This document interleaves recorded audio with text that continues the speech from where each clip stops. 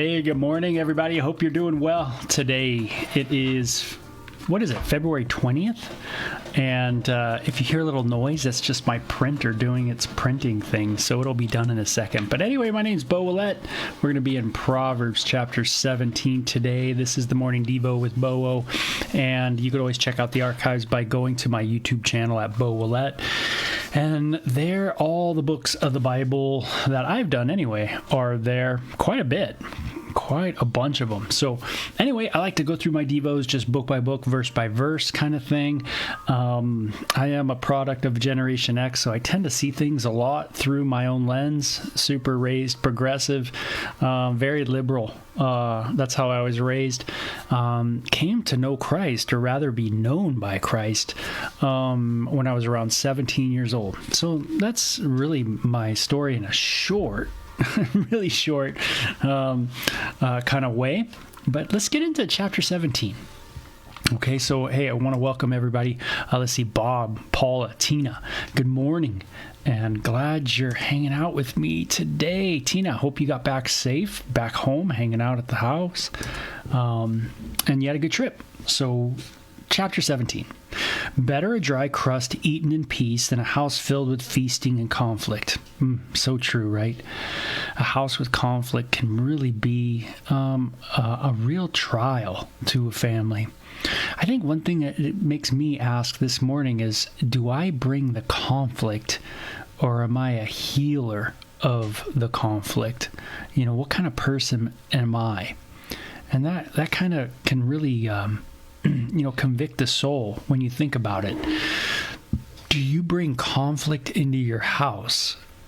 Are you that kind of person that's always stirring it up, always getting it going? Or are you a person that is able to heal people? In a sense, do them good. It says a wise servant will rule over the master's disgraceful son, and will share the inheritance of the master's children. So it sounds like that idea is like, if you just work hard, do the right things, kind of in a sense, but you're working hard, you're a productive servant, then you even get exalted to a place of even higher than those that you think would be by inheritance, by ancestry. Sometimes it's truly the case where if you are loyal, work hard, that kind of thing, you can get exalted, right? In a company, whatever it is that you're in. Being a wise servant, though, that's important. Am I a wise servant? Or am I not too loyal, not to, talk bad about people? Am I that kind of person, that kind of servant? The one where when, you go by, you're at work and someone goes by, you're like, oh man, don't talk to them because they're just going to blab it, or, that kind of thing. Fire tests the purity of silver and gold, but the Lord tests the heart. It's good to know that. Wrongdoers eagerly listen to gossip. Liars pay close attention to slander. Another one about our tongues, right? God, there's so many of these proverbs that are about our speech, right? Notice listening to gossip. Let's not do that today. Let's not pay attention to slander. If someone's talking about someone bad, move away, right? If someone's talking about, oh, this is what I heard, this is what this person told me, blah, blah, blah, blah, blah, any of that, let's just move away. Today's not going to be the day that we're going to entertain that. Those who mock the poor insult their maker. That's a powerful one. Where's my heart towards those that are poor? And notice it says they insult their maker. Maybe the idea is that God's made everybody in the image of God, right? We're all in the image of God, and to in a sense mock the poor, really is to mock someone who God made. And that's interesting, right? So maybe treating people with dignity, and a sense of respect to people, or even giving honor to people, is maybe a way that we bless God, right? And honor God who makes people in his image. People are image bearers of the Creator. So that's kind of a cool thing to think of. Grandchildren are the crowning glory of the aged. Parents are the pride of their children. So true. Eloquent words are not fitting for a fool. Even less are lies fitting for a ruler. It's not good when a ruler's, got a bunch of lies in his mouth, right? But it says eloquent words aren't fitting for a fool, right? It doesn't fit. A bribe is like a lucky charm. Whoever gives one will prosper. Yeah, people that bribe, right? It's like their lucky charm. Those that bribe people. Yeah, they prosper. But the question is at what cost? Love proffers when a fault is forgiven, but dwelling on it separates close friends. I love this. Don't dwell on the fault, right? Don't dwell on the fault. Right on, but love prospers when a fault is forgiven, right? So it's like we can separate close friends if we dwell on faults. Instead of maybe looking at people through the lens of mercy and grace, we tend to look at people through that lens of judgment, right? So I kind of love that verse because it talks about dwelling on things that separate close friends, are the fault that separates close friends, dwelling on it. It keeps coming up in your mind. And thing is I gotta deal with that. If something keeps coming up in my mind, I gotta go before God and say, God, why can't I forgive this person? What's going on with me? Why can't I let go? Why can't I let you judge? God, you're a better judge than me. Why can't I let you judge? Why do I have to have this living in me all the time? Maybe there's something, it's with me, not with the other person. Maybe something's going on in my heart, right? That's preventing me from really loving, right? So it says a single rebuke does more for a person of understanding than 100 lashes on the back of a fool. Yeah, just that one rebuke. Man, someone goes, yep, got it. Thanks for letting me know. Thanks for rebuking me, correcting me. And now I'm going to change that. Then 1 billion lashes, right? What's called a fool. That doesn't really change him at all, no matter how much they're disciplined, right? Or how much they're corrected. Am I a person who's corrected well? When I was playing guitar growing up, and I was in master classes in classical guitar, meaning I'm being taught by the maestro, right, in front of an audience. It was always good to receive rebuke well. If the master said, hey, you need to play it this way, it was good to do that on the spot. Fix the issue right off the bat. You never wanted to delay fixing what the master said to do. That just didn't look good at all. It made you look foolish in a sense. But when you said, oh, I understand what you're saying, and you did it, and you were able to correct it, man, that was always a real, awesome kind of thing. And so I love that. A single rebuke does more for a person of understanding than 100 lashes on the back of a fool. Evil people are eager for rebellion, but they will be severely punished. It is safer to meet a bear robbed of her cubs than to confront a fool caught in foolishness. So we see a little theme of just the foolishness, right? Kind of stay clear of this foolish attitude. This undiscerning attitude, this unyielding attitude, if you will. Right? It's safer to meet a bear robbed of her cubs, which sounds pretty horrifying, actually, than to confront a fool caught in his foolishness, right? Because he's just going to come at you. They're just going to come at you. They've been caught, and you're going to be in the crossfire. Sometimes people that are caught always blame, and you might be the brunt of that blame. They might come at you and blame you for their issues and blame you for their problems, and and it just goes on and on and on. It says, if you repay good with evil, evil will never leave your home. Oh, man. That's a good one, right? Maybe that's what goes on in a country too, right? When you repay good with evil, evil never leaves the country, right? Maybe that's a part of it too. But it all starts with us individually, right? So you can look at that collectively as a group, as a nation, as a church, or you can look at it as just you yourself. Meaning I kind of got to take care of me first, right? And what goes on, how I'm kind of dealing with my own evil. Am I patting myself on the back? Am I giving a reward? Or am I dealing with it with a broken heart before God? Starting a quarrel is like opening a floodgate, so stop before disputes break up. Yeah, I think of this one often.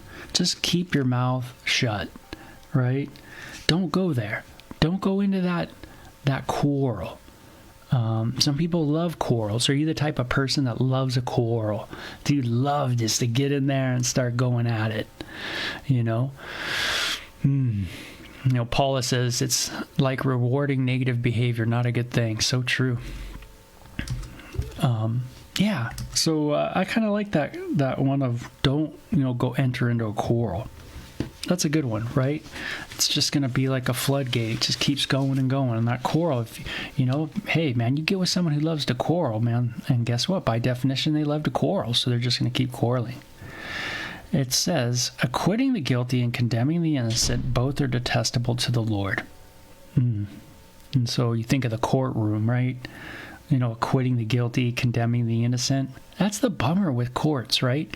It's like the innocent. There's people in jail that are literally innocent. Isn't that weird? That they haven't done anything wrong, but because of the system, they're in there. And that could be any one of us. Just unbelievable. It is senseless to pay tuition to educate a fool since he has no heart for learning.